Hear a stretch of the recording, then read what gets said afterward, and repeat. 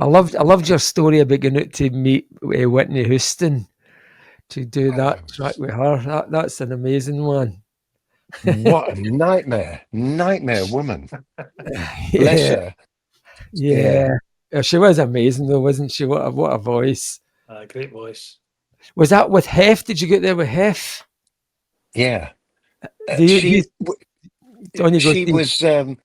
She. We were meant to go out. We got to the airport, and twice it was on a Saturday, and we're in the lounge, ready to go. Checked in. Phone call. She's not ready. Okay. Check out. Home. Week passes. Saturday. Back to the airport. Check in. Same thing. Twice. She pulled out twice. Then finally, third week, we got there and got to her studio at 6 at night or something, 6 at night. And she kept us waiting 7 hours with Wow. no, she didn't like air conditioning. So it was sweltering. And so come 1 in the morning, which is 6 in the morning our time, she shows up with her husband, what's his name, Bobby Brown, and all Yeah. his pals, and they all had guns. And she was in a white robe with a towel, and someone had a tray of drugs for her, right? And she didn't know the song. The whole thing was awful.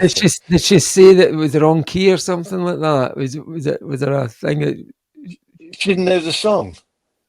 No, She couldn't sing it. and did you eventually do it? No?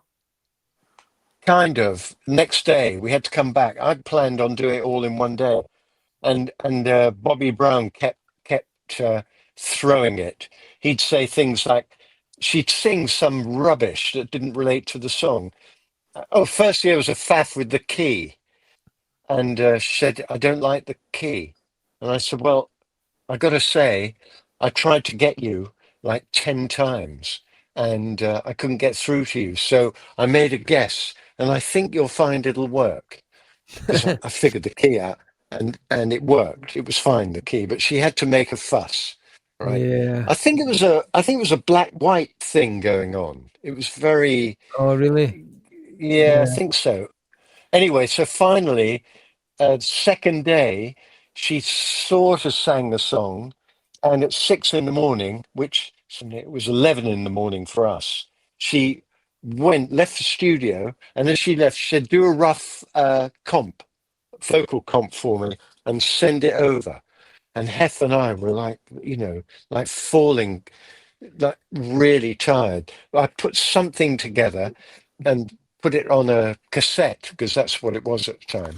And I said to the guard, "Okay, guard, right? A guard in the control room." Said, "I need to take this over to her." And he said, "That's not how it's done here." And I said, "That's interesting. How's it done?" He said, "You give it to me. I take it to her. She'll listen when she's ready, and she'll come over and comment when she's ready." And I said to him, I said, "That's how it's done here, is it?" And he goes, "Yeah, that's how it's done here." It's funny. We do things different. Hef, take the tape off, right? And he takes tape off. "This is how we do things. We're going. Bye." And I walked out. it's brilliant. It's unbelievable. Unbelievable. Yeah. And then when they get the gun out and start, whoa. Uh, could well have. Yeah. Yeah. It was really freaky anyway. And then the Right. mix was hope. Well, we had a big hit, but it was a disaster. Right. Oh, wow. No, that's brilliant.